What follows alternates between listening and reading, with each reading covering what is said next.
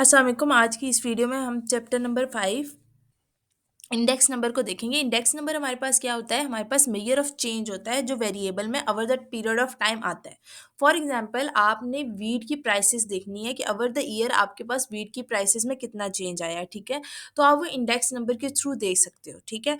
उसमें हम क्या कर सकते हैं कि हम एक ईयर को लेंगे, जैसे आपने 1940 से लेके 1950 तक आपने चेक करना है कि आपके पास व्हीट की प्राइसेस में कितना डिफरेंस आया। तो आप क्या करोगे, उसमें से उन्हीं ईयर में से कोई एक ईयर लोगे जिसको बेस ईयर बना दोगे, ठीक है?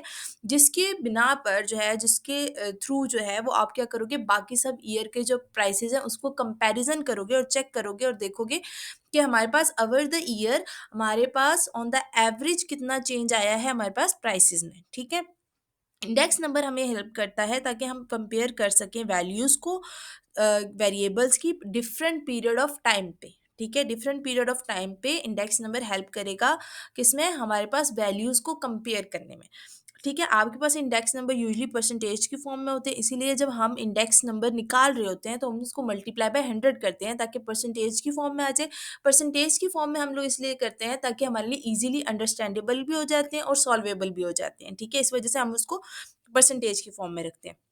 इंडेक्स नंबर में हम यूजुअली बेस ईयर जो है वो लेते हैं। बेस ईयर वो ईयर होता है जिसकी बेस पर हम तमाम कंपैरिजंस कर रहे होते हैं, ठीक है? बेस ईयर हमें हेल्प करता है, हमें ट्रेंड्स देखने में हेल्प करता है, हमें कंपैरिजन करने में हेल्प करता है, साथ ही साथ वो हमें हेल्प करता है ताकि हम जो है वो ईजिली अंडरस्टैंड करके देख सकें और कंपेयर कर सकें over the period of time हमारे पास कितना चेंज आया है, ठीक है? आपके वेरिएबल्स में।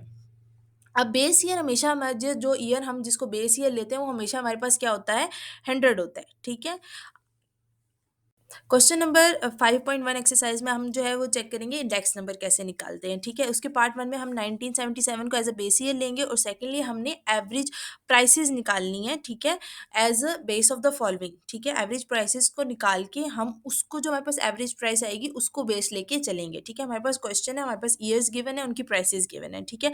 इसमें हमारे पास जो 1977 जो फर्स्ट ईयर है हमने उसको क्या करना है, एज अ बेस ईयर लेके चलना।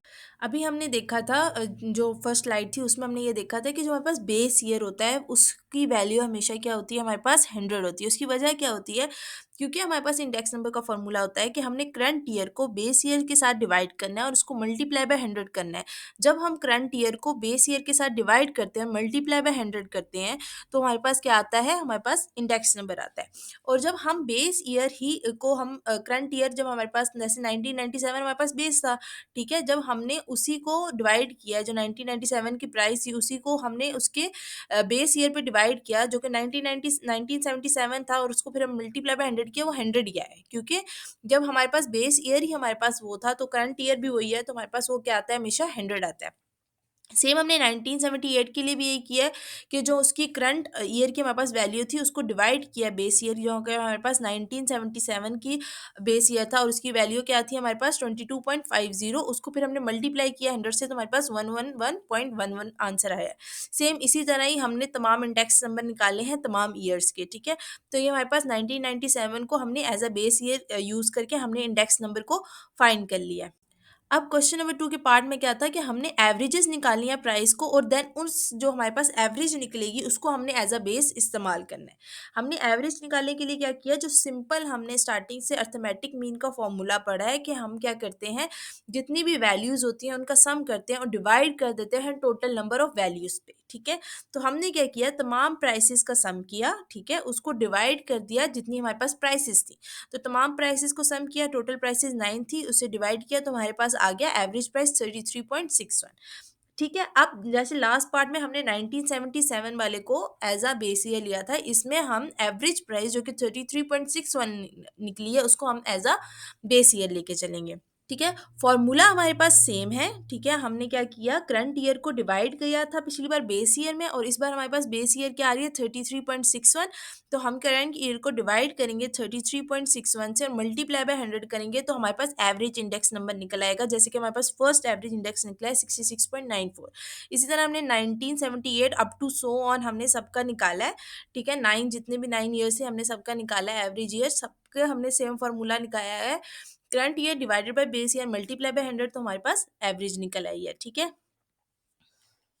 चैप्टर नंबर 5 की जो एक्सरसाइज के हमारे पास 5.2 और 5.3 क्वेश्चन है, हमारे पास वो सेम मेथड से होंगे जिससे हमारे पास 5.1 है। आप इसको ट्राई करें, सॉल्व करें खुद। अगर आपसे नहीं होते तो आप मुझे नीचे कमेंट बॉक्स में बता सकते हैं, मैं आपको वो क्वेश्चन दोबारा करवा दूंगी।